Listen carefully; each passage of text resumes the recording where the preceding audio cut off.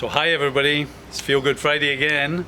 I am going to announce to you, drum roll, later on though, the winners of the bird box competition, which was fabulous. But when I was thinking about that, it got me thinking about little creatures. And then I thought about big creatures too, right? Because one of the things that struck me when I've been over by the horses, which you know I love now, is when Jodine said to me, the great thing about horses is that they live in the present. And that line stuck with me.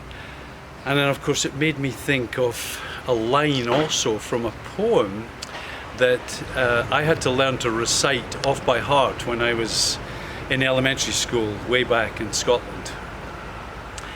And that poem is To a Mouse. Now the good news is I'm not going to recite the whole poem for you in that unintelligible Scottish language and accent, but I'm going to recite just a couple of stanzas because there's a couple of perfect ideas in there that fit in with that notion of living in the present.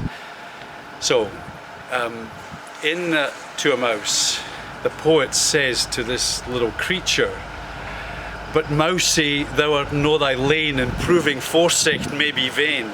The best laid schemes of mice and men gang after gley, and leave us naught but grief and pain for promised joy."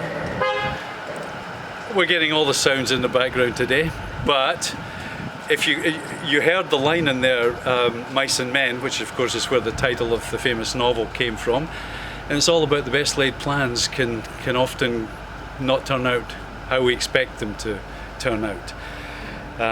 So there's that in there, but in the next stanza he goes on to say, "Still thou art blessed compared with me, the present only touches thee. But backward though I cast my ee on prospects drear, and forward though I canna see, I guess and fear." And so he's talking about how we humans, we obsess about the past and what's happened before, and we even think about the future, and we guess and fear, we worry about the future. How appropriate is that for the moment, right? So he's advocating in that, take a lesson from the simple little creature like a mouse and live in the present. Just as Jodine said with the horses, live in the present.